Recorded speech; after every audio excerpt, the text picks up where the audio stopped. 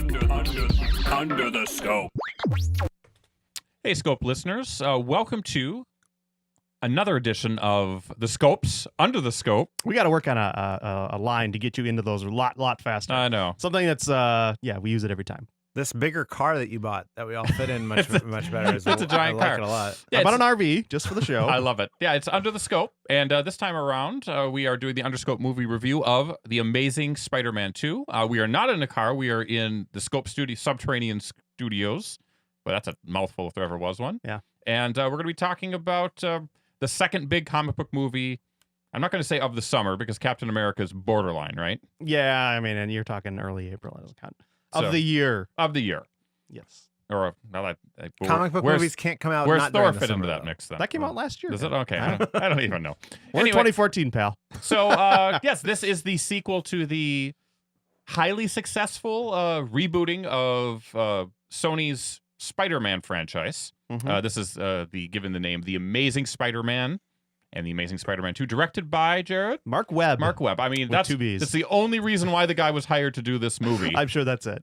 So, Mandy asked if he changed his name, and I said that's the chicken or the egg situation. it really is. So Mark Webb is interestingly enough, is going to be the architect of the Spider-Man universe Mhm. in the Sony world, because now everybody knows that to have a successful superhero franchise, you've got to have an entire universe like the Marvel Yeah. Cinematic Universe It's does. true. And this lays the groundwork for A Black Widow movie? Or No. not Black Widow. Black yeah. Cat. Black Cat. Black movie. Cat. It No. lays the groundwork for a lot of things. Okay. We know that there's going to be a Sinister Six movie coming. There's a I think Spider-Man it's- 3 and 4 in the be making. impossible to miss that there's going to be Yeah. a Sinister Six movie from watching this one. So this movie takes place, a couple years later. I mean, so it's almost real time. Yeah, I mean, they're graduating high school, so they're Mhm. seniors, so it's really not too far along. Yeah. Yes, and Jared, why don't you take the plot? It starts off with Spider-Man or Gwen Starts out- Stacy. Well, it starts off with some wham bang Spider-Man action, of course. Wham bang! I love it. I mean, you got to have an opening sequence, and then apparently they're graduating. Gwen Stacy is going to give a big valedictorian speech, and she's waiting for Peter Parker to show up. Of course, she knows who Peter Parker is. Who? And she knows that he's busy. He's this titular Spider-Man guy. Let's hope she I don't know if you heard it. Let's hope she never gives up the secret from time to time in the movie. And you know what? I'm gonna have a hard time, I think, summarizing this plot because it sort of jumps around to a Everywhere. lot of different characters and a lot of different situations, and A lot of plate spinning. yeah. Adam. But suffice it to say that Harry Osborn, son of Norman Osborn, comes back from boarding school and Yep. ends up taking over the company. There's a character named Max who there's a fate that befalls him. And We're not sure if he's a janitor or some sort of an electrical engineer at Oscorp. he's sort of an odd duck Yeah. who's doesn't seem to have a lot of friends and Yeah. doesn't really have a lot of social graces. played and by new to the superhero Yes. genre, Jamie Foxx. Jamie Foxx, brand new actor on the scene. No, Ray Haven't seen- Charles was a superhero. Oh, he as was. far as That's I know. right. Okay. He could choose optic He, lasers. Daredevil is based on him. Gotcha. So he sort of ends up having an infatuation with Spider-Man after a run-in Yeah. with him early on in the movie, which sort of leads to his character's motivation, I guess, if you're looking for motivations for some of these characters. I love how people in very powerful positions. Boy, how many P's can I use today to totally explode People this in mic? powerful positions to No, program the...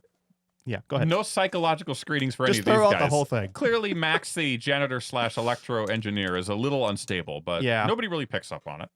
And he's got And terrible people hair. just sort of treat him like crap, Yeah. basically. Nobody knows him. Nobody likes me. But he sort of latches on to the people who do notice Yeah. him. And you do know that he does that because whenever somebody says "I need you," Yeah. it sticks in his head. I think my problem summarizing the plot is there isn't really a tight through line on this film. No. It seems like there's a bunch of there's A whole web of stories. There's a whole bunch of things going on, and Spider-Man is sort of tangentially related to all of them. Yeah, and then eventually these points, these spindly webs come to the center, and that's where you trap the bug, Yes. being Yep. Spider-Man. And in the end, there's a big battle and things happen, and villains are defeated, and things are doubted, and then faith in those things is Yeah. restored, and blah blah. I mean, a key tenet of Spider-Man, and especially of the reboot, and I think they did a little bit in the Raimi Spider-Mans, was who can Spider-Man have in his life, or can he have anyone in his life that he cares about? Because what happens to people that he loves, they die. So he lost his Uncle Ben, Yep. and Gwen Stacy's dad died, and then so It's big trouble being around a Yeah. superpowered Spider-Man because bad guys going to want a piece of him. and so you have sort of Literally a piece of him. literally a piece of you have a back and forth in Spidey or Peter's relationship with Gwen. Yep. Will they, won't they be together? So I mean that's a key tenet of this movie as well.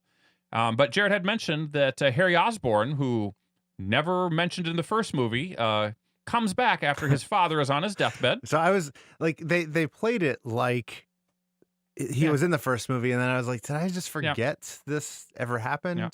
Harry Fine. have not seen Spidey Man, aka Peter Parker, since about the age of 10 or 11. Yeah. Is back, and they're best buds. Yeah. And those best buds need to bond a little bit. Oh, I see what you're doing. So they head off to the I don't even know, the Hudson River, and they're skipping rocks. A local body of water. And we got a clip of these two gentlemen doing just that. So let's listen in. You know, when my father sent me away, I tried to forget everything about this place. I guess that kind of included you. You ain't gotta explain anything to me, man. Yo. We both You ain't got gotta. dumped. You ever figure out why your parents bailed? So jealous of how tall his hair is. My dad left a briefcase. That's all I got, briefcase full of junk. Those two are a study in follicle Whatever, I don't know. contrast. Why is he talking like Homie the How's Clown? that working out for you? Perfectly.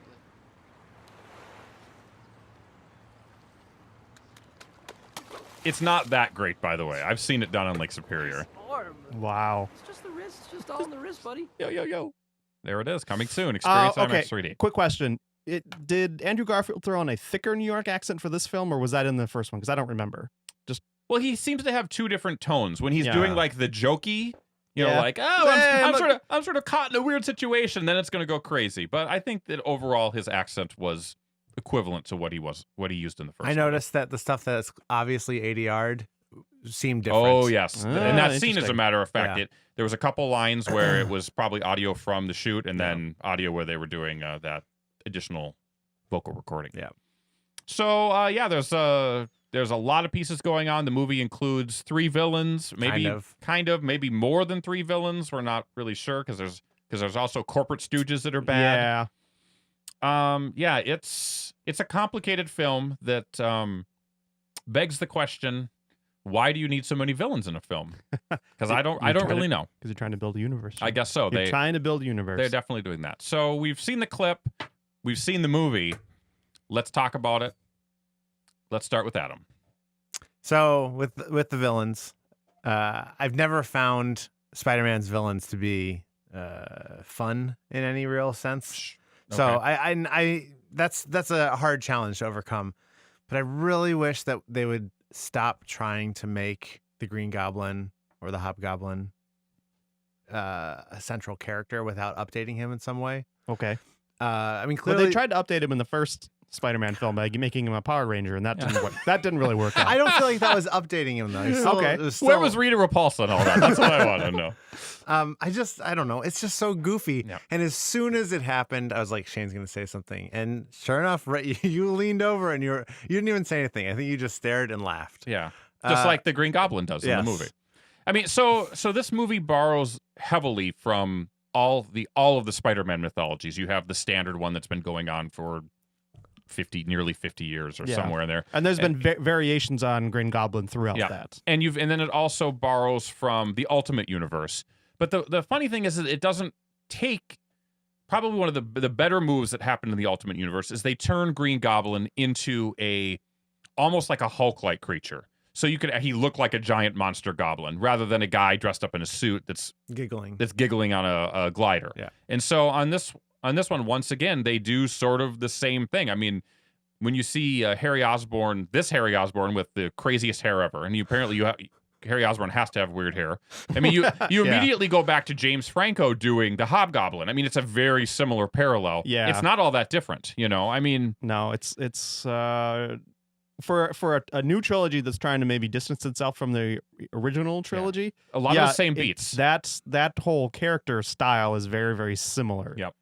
And I feel like this movie, I feel like I liked the first one of these more than I think you guys saw it separately. And Jared, maybe you thought No, it we was. saw it together. I mean, the two of you saw it. Yes, and then separately from I you. saw it separately. Yes. I felt like the first one was like kind of, it was more fun and, just Yeah. kind of, it was whatever. But there wasn't as much going on. They could concentrate Yeah. on the building of Peter Parker as, a hero on the rise. You could deal with his relationship. They could just show Emma Yeah. Stone for 5 minutes and have nothing happen, and it was fine. I mean, I think that you felt in this movie, in the first one, you felt more sympathy for the lizard Kurt Connors than you do from any of these characters in this one. Yeah. I mean, Yeah. I mean, isn't that the struggle in all comic book movies when you have villains? And for the most part, the villains are always the weakest part of any comic book movie. If you think about the Iron Man films, if you think about the first Captain America film, they always come across as these weird caricatures, these like stereotypes that they try very hard to figure out. How do you give motivation to someone to have them do things that are so bad in comparison to Sure. the superhero who is doing things so good? The Avengers gets away with it, and Thor gets away with it because you're dealing with gods being bad. You're dealing with alien creatures that you don't really have to investigate. Right. They that are much just stuff. evil. They They're are not just people. evil. Yeah. But then they build it with Loki being this. You can see the torment in his life and why sometimes he can be good, sometimes he can be bad. Spider-Man doesn't accomplish that No. with any of the villains. And the on this jumps from being reasonable to insane just Yep. have like I know It's- it's a long movie, Yeah, but yeah. it's still you're trying to tell a story in a relatively quick time, but they just go from 0 to insane Yeah. at And that's- such a pace. That's the part of the economy of having so many things in a film is you can't spend a lot Yeah. of time with any one thing for too long. While we're talking about things we didn't like, I always have a problem with this, and this isn't just this film, but it's other films that have issues with this too. And it's sort of the arbitrary nature of a character's abilities and how to defeat those abilities. Sure. It's like, in one scene, Electro is all powerful and can Intangible. You can't touch intangible him. can dissolve himself into the power grid essentially. In other scenes, I guess he has to be thinking about it real hard because he can be hit by cars and other objects. Webbed up real good. And it seems like Let's talk about the Electro character in general. Max. well, there's one other point I Okay, want to make sorry. is that the fact that I don't recall this being part of the Spider-Man mythos, but apparently he shoots out like highly conductive like semiconductors out of his wrists, because I don't know how you could web up the entire power grid of New York City and have it all flow through your magical your webbing. Yeah. That doesn't make any sense to me. Sorry. Yeah. Falls apart in that. But go ahead. You were going to say. So let's talk about how Jamie Foxx played the Electro / Max. What's his last name? Gordon or something like that. I don't know. I mean, I felt that it, for these superhero movies to work, you have to be able to balance the fantasy and the realism of the situation. And Jamie Foxx's portrayal of nerdy Electro was so over the top from step A of the movie, from his weird comb over to his gap tooth to Sure. the guy that's this nebbish nothing who, I mean, the first time you see him, he's walking down the street, he's got 50 blueprints in his hands. Which, who does that and anymore? he can't hold on to this stuff, and people are bumping into him and treating him like crap, and he's I just have he's issues a with the whole. psychopath. I have issues with the whole cartoonishness of the first scene of the film, and that's part of it. is Yeah. that. But in the first movie, it was fine because a lot of that was cartoonish, but it just felt. I know light. it's It a was comic book fine. movie audience. I know it's a comic book movie. I just want something that acknowledges it exists in real life. It's finding the balance Yeah. between fantasy and fiction, and it's a fine line for any comic book movie to do, and it's something that has been struggled with since Batman and those movies. I mean, it's like, what is real and what is fake, and how do you Yeah. find that perfect equilibrium? Uma Thurman's Poison Ivy was the same character. Like she was this nerdy scientist Yes. lady, And you knew then- she was nerdy because she had glasses Yeah. and she talked sort of funny and her hair was a frizzy. lot of pencil. Yeah, she Yeah. couldn't put herself together, so of course she was a nerd. And then halfway through the movie, she's an insane person. Yes. And it's just like, there's no, I don't know, Yeah. there's no need for it. And it seemed like, I don't know, the last 10, 15 years of comic book movies, we'd moved past Past the that, yeah. the need to make it so obvious. And Well, I don't know. I think when you compare it to the gold standard, and I know people may disagree, but for the most part, the Marvel movie universe finds that balance more often than it does not. So I think the expectation is that these other films can also do that. And in this case, I feel like it missed. It swung and it missed in a number of different number of different aspects. And then Yeah. the continuing Electro character, he, as Jared said, he's got these powers that fluctuate in and out. They put him in a bodysuit, Yeah. which he's Electro because it's got a little lightning bolt on his sleeve. Like, I was like, where did that suit come from? Why is he doing that? I mean, it's just stupid stuff like that you don't see, that you don't have like Guy forging iron on the side of Iron Man's costume. I mean, things feel like they exist in the real Well, world. Spider-Man has a spider on his suit, though. But he's had years at least to he make that. didn't do it in 30 seconds. It is, well, I mean, and obviously we have the seemingly unending resources of Oscorp in Yeah. play here that could help him out. So, Yeah. and this Harry is, Osborn taking out two security guards by Yes. stealing a taser. so this is a problem I have in this, is that they took too much. There's too much economy in the film, and maybe you cut out one or two villains, but you have your lightning bolt on the suit case you mentioned. The transformation of Harry Osborn into the Goblin or Green Goblin or whatever he's going to be called. Way too fast and convenient. He takes the drug, he converts, he grabs a little exoskeleton, hops on his thing, and he flies off to fight. The He's probably exoskeleton never stops his pain, though. He's probably never had any sort of combat training. Probably doesn't know how to fly the suit, but it doesn't matter because He bangs supermodels, Jared. That's Yes. all the training you need. So there isn't a level of earning the powers and abilities that these characters are displaying. Yeah. I mean, Electro apparently masters his powers, within 5 minutes, and displays some very, very powerful behavior Yeah. that I was like, when I first saw him like really lashing out, I'm like, oh, Spider-Man's gonna be dead. Yes. He's gonna be dead. I don't care if he's wearing a neoprene suit. He's dead. Yeah, he should be. There's Thanks, no way nerd. They're playing there's very no fast way- and loose with the electricity. There's no way he can defeat this. No. I And- mean, this is it. This is the end of the Spider-Man universe. But they found a way, obviously. To be And fair, it's- they play fast and loose with the electricity and Electro. Yeah. In the comic book too, because I mean, it just those are the '60s, and we got to think of a villain that so hey, let's have them fight an electric villain. But the problem is still, you you're- got to make it realistic. and it's not like you were handed this story from on high, from God himself, and says this is exactly what has to happen. There are humans writing these stories who Yeah. can write them in a smarter, more clever fashion that makes a little more logical sense. But we've torn this film down a lot. Is there anything we liked about it? I did like the fact that when Harry Osborn met Spider-Man, Mhm. that there's no way that he could hear that it was Peter Parker's voice behind the mask. I thought that was very clever. I was actually Why? asking a serious question. Oh, Yeah, I'm sorry. I'm sorry. I think the relationship between Gwen Stacy and Spider-Man It's fantastic. is fantastic. All right. I mean, Mark Webb is a 500 Days of Summer guy. He understands the relationship, even though sometimes it was a little sloppy. But their chemistry is undeniable, and they are very good together. They Adam. are very, yes. I would say any movie that has the two of them together would probably be good. I don't know that you can chalk this up to the movie or to the director. I think it's just the two of them. I do have to say, though, that the way that their relationship unfolds, like falls apart and kind of Yeah. gets back together, like there's a lot of bad stuff happening or bad messaging. So first of all, she finds it very endearing that he's been stalking her Yeah. every single day, from on high. Mhm. It seems like it's implied that she should give up her everything to be with him. They kind of flip that at the end, I guess, Yeah. which is nice. But I didn't like the way that their relationship did its thing in this movie. I liked them. And I it's- liked looking at them Yeah. together. And it sounded like that flip flopped a lot. I mean, since you had a time jump, it was Sure. back and forth, back and forth, back and forth. Yeah. And they don't really.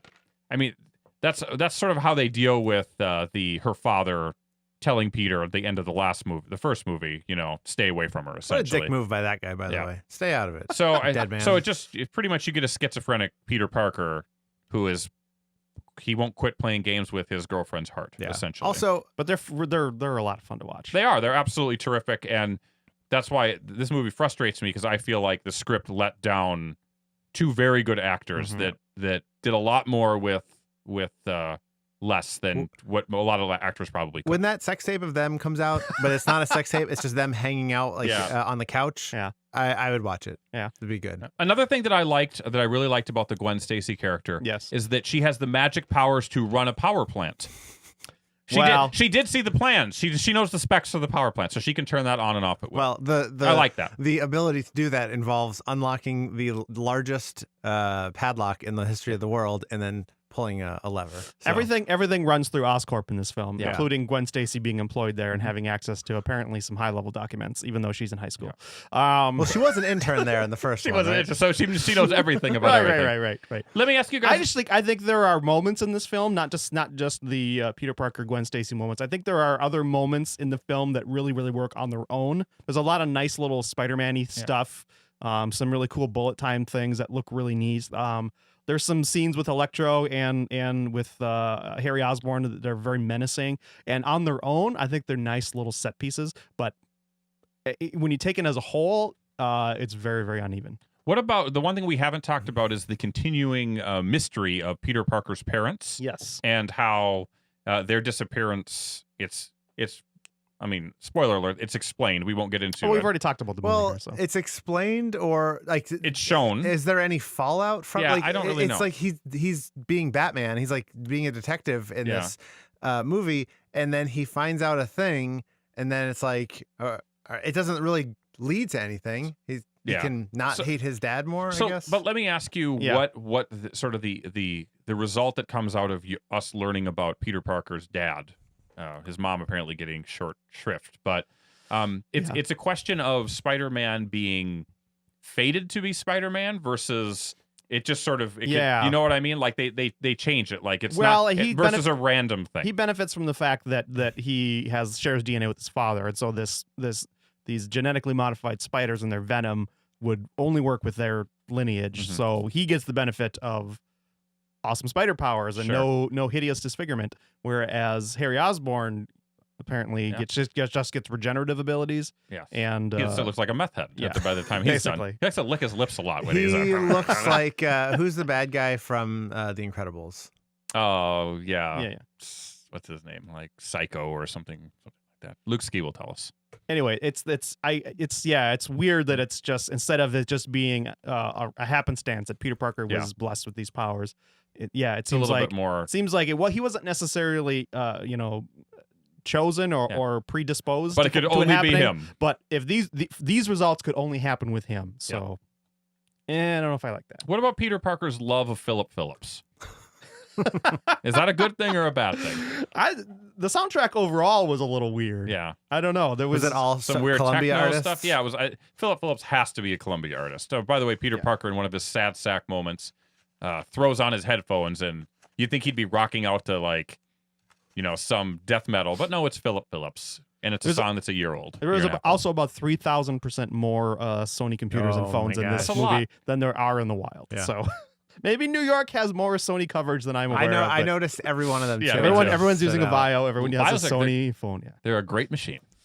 But we've talked a lot about this. It sounds like we're going to give it 1 star. I don't think that'll be the Emma case. Stone gets it at least at 1.5 by herself. All right, so there we go. So let's give this sucker a scope score. The scope score is 1 3/4 stars. I've been docking it as we talked. Whoa, it went down. That's not the score we agreed on. No, but as we discussed it, I'm like, I have to adjust. Yeah. Guys, Emma Stone is really pretty, and I don't know if you saw her on Fallon doing the lip sync thing. she's very, very, very good. Am I? And I look forward to all of her upcoming Look, Spider-Man movies. Am I the weirdo? Hey, am I the weirdo who finds her pretty, but I'm not like, oh, she's so pretty. I mean, she's just okay to That's me. how Adam feels. I guess He loves her. I don't think you're weird for it. Okay. She has. I just know a lot of people who she's think that striking she's- figures. She's a features. particular taste, though, isn't she? I think so. Yeah. Okay. I'm the only one that likes you, Emma Stone, if you listen to this. So just remember that. It's me and Andrew Garfield, the president. Another thing that I liked about this movie is the fact that instead of having a solid tease for the upcoming Spider-Man stuff, they put in a subpar, below average X-Men Days of Future Past clip. Mhm. What a letdown that was. Yeah, it was kind of a mess. It was, And it was like- it made no sense at all. It was by like the way. they broke into the feed somehow. They hacked into the feed. That's how it was presented. It was like credits like kind of break up and fall away, and then here's an X-Men scene, and then they come back and the credits just pick up where they left off. The only way that could be any better or that could be good is if Spider-Man swung through the picture and said, "Hey, Yeah. Mystique, how's it going?" Seriously, then We'd have I been would have like, been "Oh, excited. Shared universe. That's what people are excited about. And by the way, just for the record, wouldn't it be cool if you could have a Spider-Man movie where Spider-Man is having all sorts of trouble with his powers and people are dying because of his powers, and then the Avengers come in and say, "Hey, Spider-Man, we're going to help you figure out your powers," like they did in the Ultimates comic book or something, where you could. Now that would be a movie, right there. Or maybe, oh wow, this Electro is really displaying godlike powers of lightning and energy. Hey, here's Thor to help Yeah. out. And then Thor could just bash his head in, and then we could have a proper Spider-Man movie. Anyway, We can dream. Well, guys, You know what? We'll talk about that X-Men movie next week. next episode. So that was our Under the Scope movie review of The Amazing Spider-Man 2. Jared, just let's do this right now to make sure. If you like us, check us out on Facebook, check us out on YouTube, check us out on Twitter. We're everywhere, right? Tumblr, Tumblr, the whole deal. phone, where we have a hotline. Google Plus. Google Plus. Yes. So there Like, comment, and review, and thanks for checking us out. Thank you very much. That's the end of this review. Ladies and gentlemen, we find ourselves once again at the end. I hope you've enjoyed our time together. I know I have. Fear not, Scope faithful. Days shall pass as if they were but a moment, and Jared, Adam, and Shane will return with another thrilling episode. Until then, send your comments to comments@thescopeshow.com or leave a voicemail message by dialing 612-21-SCOPE. That's 612-217-2673. Thanks for listening, faithful fans. This is Tony Partington saying, hasta la vista. Tune in next time to another terrific edition of The Scope.